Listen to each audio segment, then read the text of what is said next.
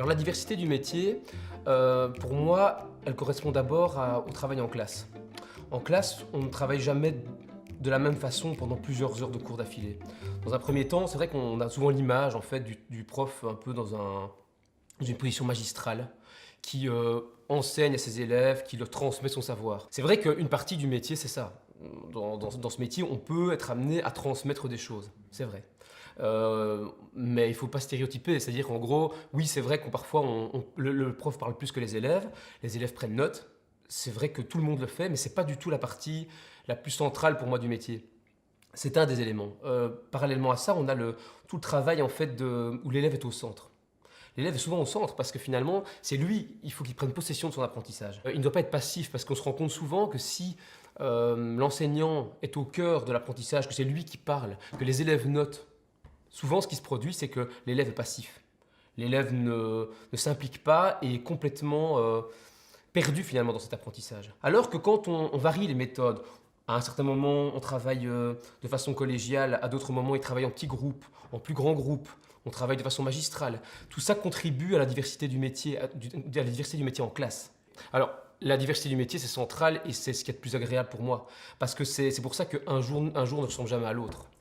On a un travail qui est extrêmement varié. Quand on se lève le matin, on ne sait jamais vraiment de quelle façon la journée va se passer, puisque on est tributaire de plein de paramètres. Par exemple, il se peut que un jour plutôt qu'un autre, les élèves soient un peu moins bien lunés ou soient moins réceptifs à l'activité qu'on met en place.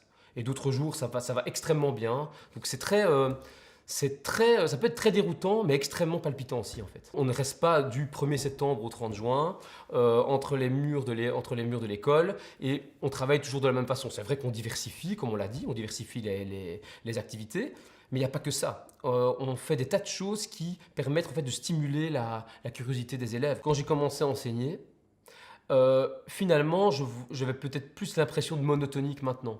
Pourquoi ? Parce qu'en fait, dans les premières années, je pense qu'on essaye de faire du mieux qu'on peut, mais on a peut-être moins d'idées. Et plus ça avance, plus on se rend compte des besoins en fait, des élèves de l'enseignement secondaire. On se rend compte de ce qu'ils demandent.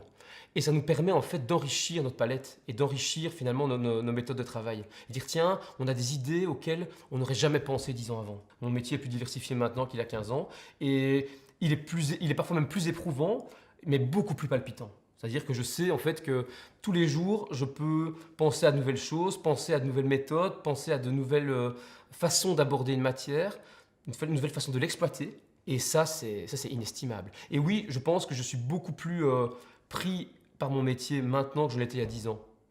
Parce que j'ai probablement des ambitions qui sont beaucoup plus grandes en fait. Je veux à tout moment les intéresser, je crois. Et on n'y arrive pas toujours. Hein.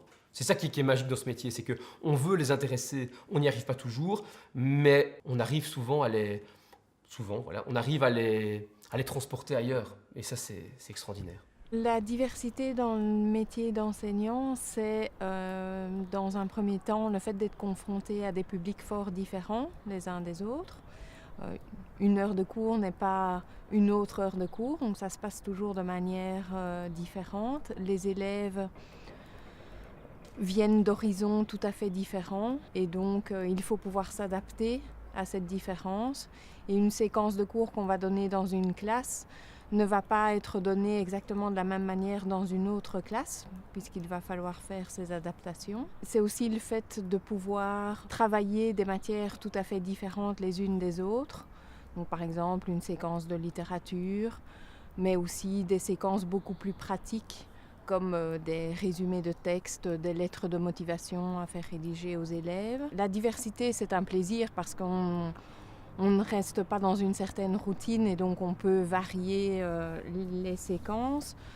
Mais par contre, c'est pas toujours évident parce qu'il faut pouvoir jongler entre différents aspects techniques aussi à mettre en œuvre pour qu'une séquence fonctionne. On ne va pas donner une séquence de littérature comme on va donner une séquence sur la lettre de motivation. Donc il faut sans cesse revoir sa manière de préparer les cours et d'envisager les séquences. Je pense que quand on est en formation pour devenir enseignant, on ne se rend pas compte de tous les aspects auxquels on va être confronté. Et donc, il y a beaucoup de choses qu'on découvre une fois qu'on commence à enseigner et qu'on se rend compte que ce n'est pas si évident que ça, mais que c'est très riche aussi. Surtout par rapport aux élèves que l'on rencontre, riche aussi dans les formations qu'on va pouvoir suivre pour renouveler les cours. Pour moi, la diversité donc, dans le métier d'enseignant, c'est le fait qu'une heure n'est pas l'autre. Une heure en classe ne ressemblera pas à celle qui précède et celle qui va suivre. J'enseigne en secondaire, j'enseigne le français en secondaire. Et c'est vrai que du coup, les élèves, les classes sont différentes. Je n'ai pas toujours la même classe. Et en fonction voilà, de l'humeur des élèves, de ce qu'ils apportent, de leur vécu, de ce qu'ils ont vécu le matin ou de ce qu'ils vont vivre même après. Voilà, à chaque fois, en tant que professeur, on doit s'adapter, on doit un peu découvrir ça, on doit adapter nos matières à ça aussi. Et cette diversité, elle se joue voilà, à ce niveau-là vraiment hyper concret, mais aussi au niveau de la préparation des matières. On peut partir vraiment dans tous les sens, en tout cas dans le cours de français. Le fait qu'on puisse toujours aller chercher dans ce qui se passe dans l'actualité, donc des textes qui traitent de ça.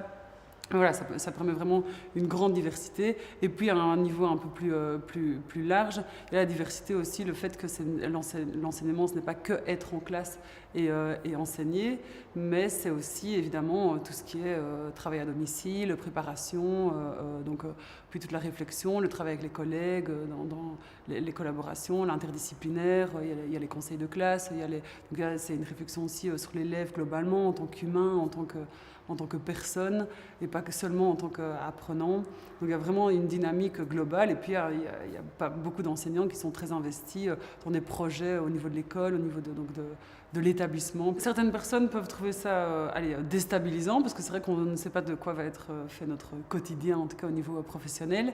Maintenant, moi je trouve que j'y mets beaucoup d'enthousiasme parce qu'on est toujours surpris, on est toujours bouleversé, on doit toujours rebondir et personnellement ça convient bien à ma personnalité et du coup il y a un côté très être curieux de ce qui va se passer, avoir envie et qui bouge beaucoup, on n'est jamais dans une routine.